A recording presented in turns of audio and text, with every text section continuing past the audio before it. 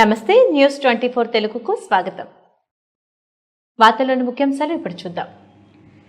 ప్రకాశం జిల్లా దర్శి పట్టణం కురిచేడు రోడ్లోని ఎన్టీఆర్ పార్క్లో స్వచ్ఛ ఆంధ్ర స్వచ్ఛ దివస్ కార్యక్రమాన్ని దర్శి నియోజకవర్గ టీడీపీ ఇన్ఛార్జ్ గొట్టిపాటి లక్ష్మి ప్రారంభించారు.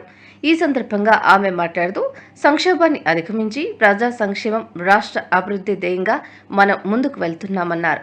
8 నెలల కూటమి పాలనలో 1వ తేదీ క్రమం తప్పకుండా ఇచ్చిన మాట ప్రకారం పెన్షన్ ఇవ్వగలుగుతున్నామని, అదేవిధంగా 1వ తేదీ ఉద్యోగులకు జీతాలు ఇవ్వడంతో పాటు అభివృద్ధి కార్యక్రమాలను కూడా ముందుకు తీసుకువెళ్తున్నామన్నారు.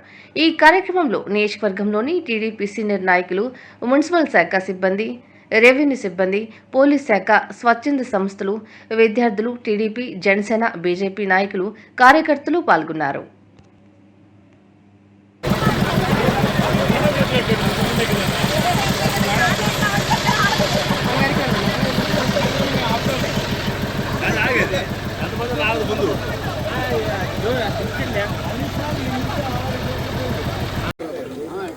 అందరికీ నమస్కారం.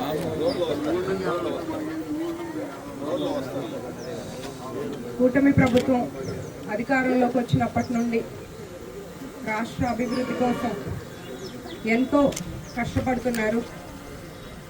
అందులో భాగంగానే స్వర్ణాంధ్ర స్వచ్ఛాంధ్ర అనే కాన్సెప్ట్తో ప్రతి 3వ శనివారం స్వచ్ఛ దివస్గా ప్రకటించి మన పరిసరాల పరిశుభ్రత గురించి, అట్లాగే దానివల్ల ఉండే లాభాలు అందరికీ ప్రజలకు తెలియజేస్తూ ప్రతి 3rd సాటర్డేని